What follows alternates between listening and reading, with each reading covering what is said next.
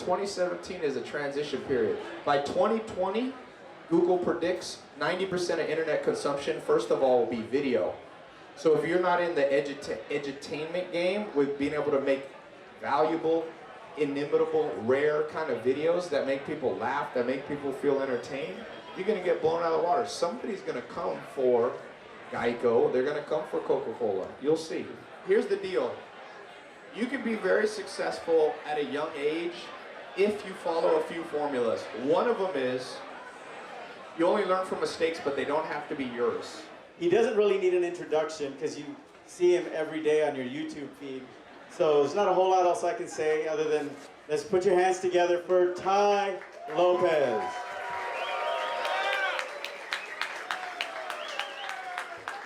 This right here is one of the things that I'll share with you. Edutainment is going to blow everything out of the water. So that formula right there, some scientists found, it's called VRIN. V-R-I-N. Every single day, and this is relatively proprietary, so David said make sure you give people actual valuable stuff because a lot of you are super smart. I'm sure a lot of you are smarter than me. This is actually something very smart, and I didn't come up with it. So look, I'll explain it, and I'll explain how you could use it practically. So the V, there you go, there's the formula. V stands for value, R stands for rarity, I stands for inimitability, and N stands for non-substitution. So when I see people, because everybody's going online, we all know this, everybody. You have to know who you should be afraid of.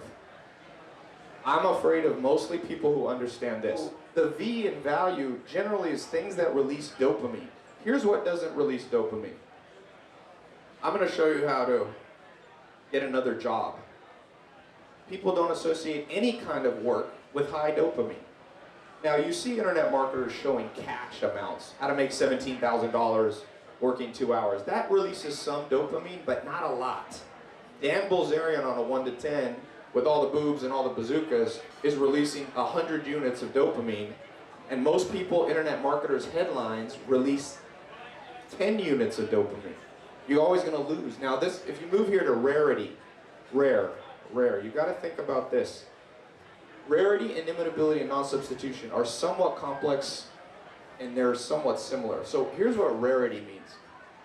Why did Kobe Bryant make $250,000 per basketball game, and the average school teacher doing something that's more valuable to society make $50,000 on average?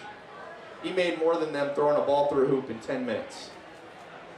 What's more rare, a school teacher or a 6'6" guy who can throw a basketball through a hoop while a bunch of tall guys try to stop him?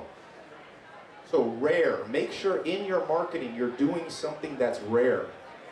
Dan Bilzerian has 40 girls and he shoots a rocket launcher at a truck. I don't know many people that do that. It's rare. Now, inimitability is an interesting one because inimitability means how easy is it to copy?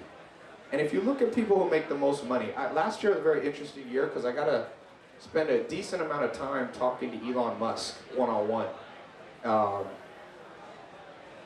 Who here could do what Elon Musk did? Who here? He's the only man alive right now to start 3 companies valued at $1 billion simultaneously. It's very inimitable. Another way to think about the I in inimitability, imitation. So I remember, I have a friend, he's one of the top Silicon Valley guys, and he was at my house in LA, and he says to me, he says, Ty, we should start a business together. And we brainstorm a concept. And then I said, man, that's kind of hard. And he said, then we should definitely do that thing. Do the hard thing. Elon Musk says this, one of my favorite sayings, you get paid in proportion to the difficulty of problems you solve. And that still holds true. If you want to grow your social media, if you want to increase conversion rate, inimitability, you have to go to do something that not many people can do. This last one, non-substitution. This one's an interesting one. The question is, who here's read 0 to 1 by Peter Thiel, co-founder of PayPal? He says, the best business to go in is one with zero competition. That's one of the central parts of the book.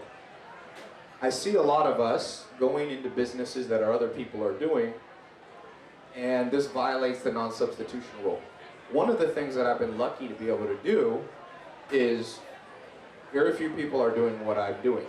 No idea why, but there's no substitute. Some people hate me, but the people who like me can't, even if they don't really like me, they can't find anybody else like me, so they follow me. So you have to do the same thing. Let me talk real quick on one thing. My predictions for the next 18 months. Edutainment will be all. You should see the number. I told you, nobody's broken Google Analytics except an 18-year-old girl. Here's the deal. I do not believe in the grinded out school. I did too much grinding. Well, if I could go back in time, I would wait. Here's what I would do. In a dating relationship, if you're in therapy in the first fucking month, I know people go to therapy in the first 3 months of a relationship. You're grinding out a relationship, kill it. That thing's dead. If you launch a business and it's not working that well, start another one. I think now some people will say you give up too early. No, I know that. I factored that into that sentence. In general, there are some people who will be too flaky and move from business to business. It's not my experience that it's most people. Most people marry the wrong person, go to the wrong college, live in the wrong city, have the wrong set of friends. They make every mistake. So I think if it's not badass, kill it. Live a life that's a 9 or a 10.